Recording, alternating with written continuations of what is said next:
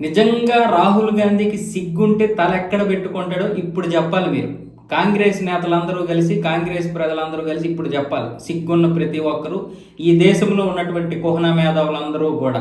గెలిస్తేనేమొచ్చేసి వీళ్ళ కష్టంతో, ఓడిపోతే ఏమొచ్చేసి ఈవీఎంలు మేనేజ్ చేశారు కాబట్టి మేము ఓడిపోయామని పనికిరాని నిందలు వేయడం. కానీ ఈ రోజు కర్ణాటక ప్రజలు ఇచ్చినటువంటి తీర్పు రాహుల్ గాంధీ గోపు గుయ్యమనేలా ఉంది.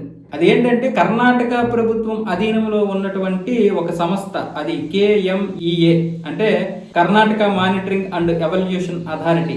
ఈ యొక్క సంస్థ డిసెంబర్లో ఒక సర్వే నిర్వహించింది. ఆ సర్వే ఏంటంటే 102 నియోజకవర్గాల్లో 5100 మంది అభిప్రాయాలను సేకరించినటువంటి ఈ సంస్థ కొన్ని షాకింగ్ నిజాలు బయటపెట్టింది. దేని మీద? ఈవీఎంల మీద సర్వే నిర్వహించింది. ఈవీఎంలు అంటే ఇండియాలో ఎన్నికలు స్వేచ్ఛగా జరుగుతున్నాయా లేదా, అలాగే ఈవీఎంల మీద ఎంతవరకు విశ్వసనీయత ఉంది ప్రజలకి, ఇలాంటి వాటి మీద ఈవీఎంలకు సంబంధించి చేసినటువంటి సర్వేలో ఆ జనాభా ఇచ్చినటువంటి నివేదిక ఏంటంటే మొత్తం 91.31% మంది ఎన్నికలు స్వేచ్ఛగా పారదర్శకంగా జరిగాయని నమ్మారు కర్ణాటక ప్రజలు. అలాగే ఈవీఎంలను విశ్వసిస్తున్నట్టు 83.61% మంది వెల్లడించారు. ఈవీఎంలు ఖచ్చితమైన ఫలితాలను ఇస్తున్నాయని 69.39% మంది అంగీకరించారు. ఇంకా మరి ఇప్పుడు ఇంకేమంటారు? అది కూడా కర్ణాటక ప్రభుత్వం అధీనంలో ఉన్నటువంటి సంస్థ ఇది. పోనీ ఇంక బీజేపీకి సంబంధించిందో, లేకపోతే ఇంకొక పార్టీకి సంబంధించిందో, లేకపోతే ఒక ప్రైవేట్ సంస్థతో కాదు. కర్ణాటకలో ప్రభుత్వం మీద ఉంది, కాంగ్రెసే ఉంది. దీని మీద రివర్స్ లో ఒకవేళ కనుక వస్తే దీన్ని విపరీతమైనటువంటి పెద్ద స్ప్రెడ్ చేసేసి విషప్రసారం చేద్దాం అనుకుంది కాంగ్రెస్ ప్రభుత్వం. చివరికి ఇలాంటి ఫలితాలు వచ్చేసరికి ఎటువంటిది కూడా ప్రకటన చేయలేదు.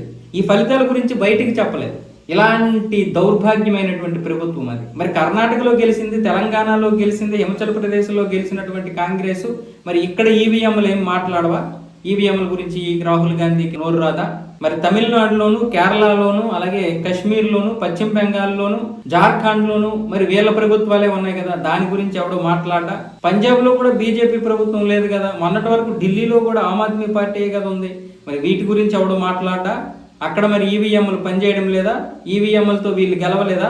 సిగ్గుండాలి కొంచెమైనా. అందుకే ఇండి కూటమిలో ఉన్నటువంటి వీళ్ళందరూ కూడా రాహుల్ గాంధీని పక్కన పడేశారు. ఇప్పుడు రాహుల్ గాంధీకి ఈ యొక్క సర్వే విషయం తెలిసేసరికి మాట్లాడలేదు. ఇది బయటికి రాకుండా చూసుకోవాలంట. ఇక సిద్ధరామయ్య ఉన్నాడు కదా, సిద్ధు. ఈ సిద్ధు ఏమొచ్చేసి ఈ విషయాలు బయటికి రాకుండా సంస్థకి గట్టి ఆజ్ఞలు జారీ చేస్తే సంస్థ ఏం చేస్తుంది?